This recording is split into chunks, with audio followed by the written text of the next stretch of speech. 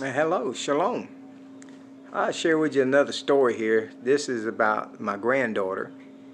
She had a dream one day, and she was telling me, she said, Papa, she said, I had this dream. The big bad wolf come and got me. And she lived in North Carolina at the time. And we lived down here in South Carolina. And she told me, she said, Papa, I had this dream about that big bad wolf, and he was biting me, tearing me up. And I'm like, yeah, darling. So, kids have these little dreams. And, really, how many times do we actually pay attention to people's dreams, even our dreams at times. So she's telling me about this dog. Time went along. About a week or so later, she calls me up and tells me the same thing. Another dream. Had the same dream. Dog biting her, tearing her up. Well, as we're going, we go up there to see them one weekend. And and they're in Rockingham, North Carolina, where it don't have much of nothing. I mean, it's got a little town, but it's this dog is at their family's house, and my son-in-law's brother's house. So we go over there, and she's telling me about this dog. She said, "There, Papa, that's a bad dog. That's a bad dog." So I had a switch in my hand, and I was playing with a stick, and so I was putting it through the fence like I was spanking the dog's butt, just tapping him on the butt. And say, "Okay, baby, I'm getting him. I'm tearing his butt up." She was laughing and stuff. Well, we come home the following week.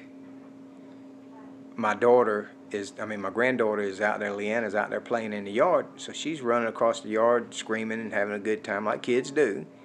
And she's about 3 or 4 years old at this time, probably. So she's running across the yard and playing, and this dog gets out this pen. And he's an English bulldog, I think that's what it was, come after her and started biting her, and I mean tearing her up. It got her on the inside thigh, on her right thigh. And it looks like a bear had just raked down her leg a few times. I mean, it's just all just chewed up, hamburger meat looking stuff. And you can still see it. It doesn't look as bad, but you can still tell it, And so the dog had tore her up, and he ripped that vein out, that main artery, something that runs down your leg, and blood shooting everywhere. The woman at the house come out there, and she lays across my granddaughter trying to protect her from the dog, and the dog is just tearing her. He's biting her in the face. He grabs her arms and her legs and stuff. I mean, he's just biting her all over. So she picks my granddaughter up and goes to run and get in the truck, and he is just right behind him. He's biting her feet, hanging on by her feet and stuff. So the woman gets my granddaughter in the truck. They start heading into town. Well, it just so happened, the week before, they built one of these little hospital things, like an urgent care. As a matter of fact, I think that's what it is, the urgent care, in the town. They had just built it. It just opened the week before. They didn't have a doctor yet for that. They was transitioning a doctor, but they had a specialist. Just so happened to be a specialist there that week. And they brought my granddaughter in, and he was able to get her leg fixed. That was the main concern, fixing that artery. Got it up. Got the rest of her fixed, the rest of the stitches and stuff. I can't remember how many stitches she actually had to have. She had staples put in her leg. She had all these things going on. And so anyway, he got her fixed up. The people that owned the dog wouldn't put the dog down, wouldn't kill it, but they gave it away to somebody else. And then the dog attacked another child.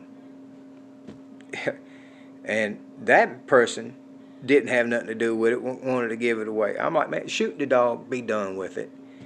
So anyhow, this happened there, and my granddaughter, she kept telling me about that dog, the big bad wolf. And I call her pick with her Little Red Riding Hood now, because the big bad wolf came. Like she said, she had a dream. And God bless her. God will bless my baby, because God spared her life. And I just want to thank God for her. It's wonderful.